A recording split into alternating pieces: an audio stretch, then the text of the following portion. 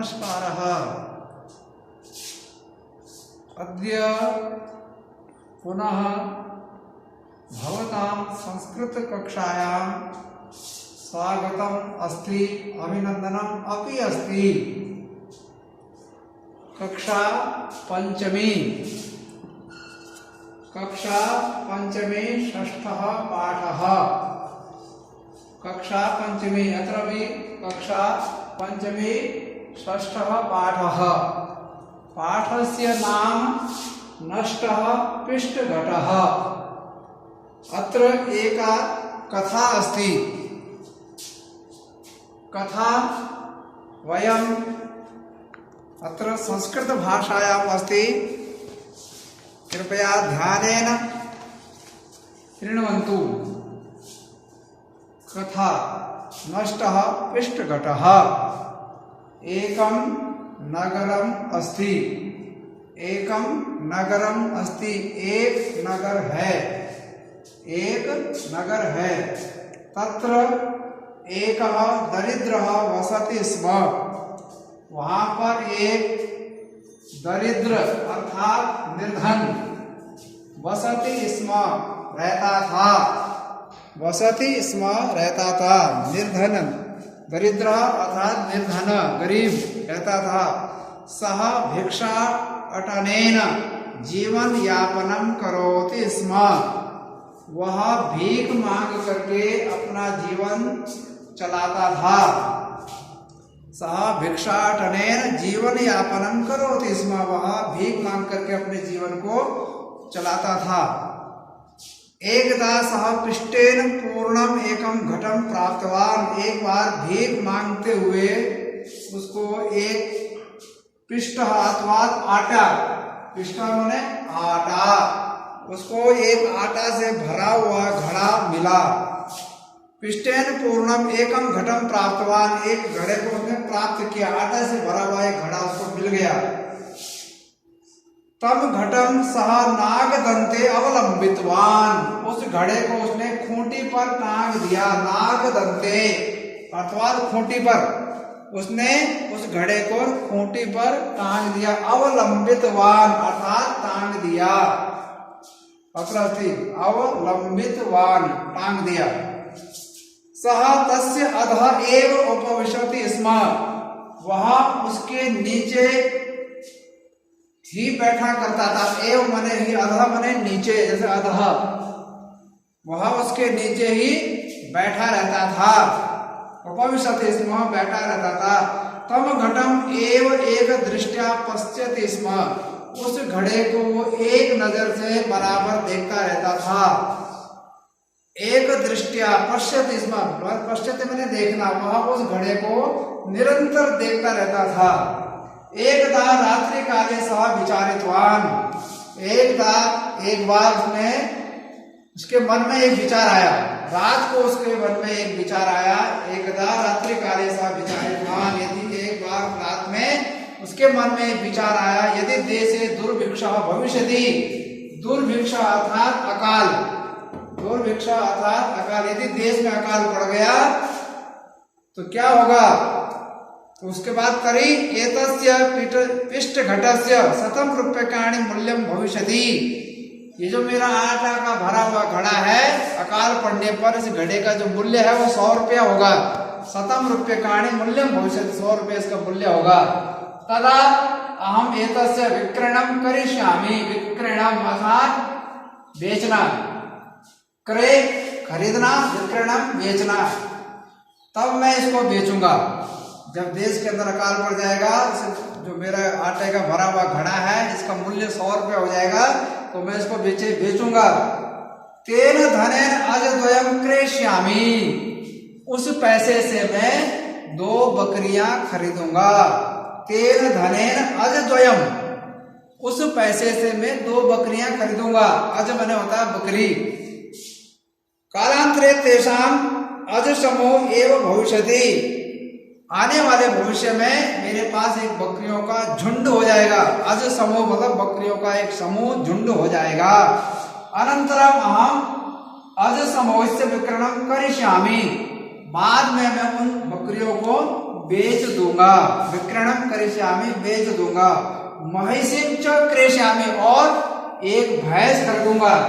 बकरियों को बेच करके फिर मैं एक भैंस खरीदूंगा। कालांतरे मम गृहे महिषी समूह भविष्यति, उसके बाद मेरे पास कुछ समय के पश्चात 2 साल 3 साल के बाद एक भैंसों का झुंड हो जाएगा। तासाम विक्रयणम करिष्यामि, उसके बाद फिर मैं उन भैंसों को बेच दूंगा। यथेष्टम धनम च संपादयामि, और बहुत सारा पैसा कमाऊंगा। यथेष्टम बहुत सारा पैसा, धनम मैंने पैसा, संपादयामि स्थापित करूंगा, अपने पास इकट्ठा कर लूंगा। तेन विशाल गृहस्य निर्माणम करिष्यामि, उसी पैसे के द्वारा मैं एक सुंदर भवन बनाऊंगा, बहुत बड़ा भवन बनाऊंगा, बहुत बड़ा भवन खरीदूंगा। निर्माणम करिष्यामि, बनाऊंगा। तदा कोपि धनिकः आगमिष्यति, तब मेरे भवन को खरीदने के लिए कोई पैसा वाला आदमी आएगा, धनवान आदमी आएगा। तदा कोपि धनिकः, धनिका माने पैसा वाला, धनवान आदमी आएगा। रूपवतीं कन्याम मह्यम दास्यति, अपने सुंदर सी कन्या मुझे देगा। उसके बाद जो कन्या होगी मुझे उसको दे देगा।